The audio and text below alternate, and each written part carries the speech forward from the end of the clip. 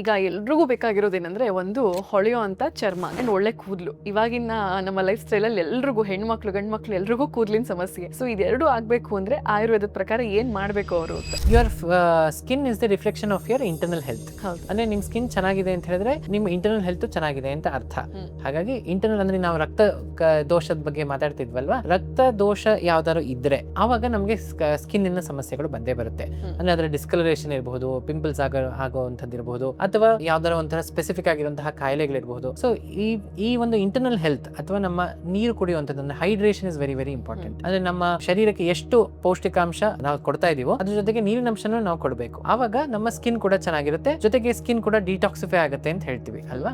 Next ನೀವು ಹೇಳಿದ್ದು ಕೂದಲು.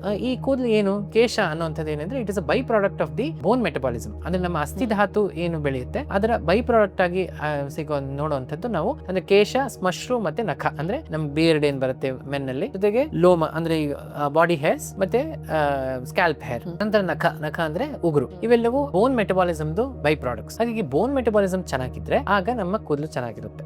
ಬೋನ್ ಮೆಟಬಾಲಿಸಮ್ ಹೆಂಗ್ ಚೆನ್ನಾಗುತ್ತೆ? ಒಂದು, ಅದಕ್ಕೆ ಕ್ಯಾಲ್ಸಿಯಂ ಬೇಕು, ಯಾಕಂದ್ರೆ calcium is the main component. ಹಾಗಾಗಿ ನಾವು ಹಾಲಾಗಿರಬಹುದು ಅಥವಾ ಹಾಲಿನ ಪದಾರ್ಥಗಳು, ಜೊತೆಗೆ ನಾವು ಹೇಳಿದಾಗೆ ತುಪ್ಪ, ರಾಗಿ, ಈ ರೀತಿಯಾದಂತಹ ಆಹಾರಗಳನ್ನು ಸ್ವೀಕಾರ ಮಾಡಿದ್ರೆ ನಮ್ಮ ಬೋನ್ ಮೆಟಬಾಲಿಸಮ್ ಚೆನ್ನಾಗುತ್ತೆ. ಅದರಿಂದ ನಂತರ ನಮಗೆ ಕೂದಲು ಚೆನ್ನಾಗುತ್ತೆ.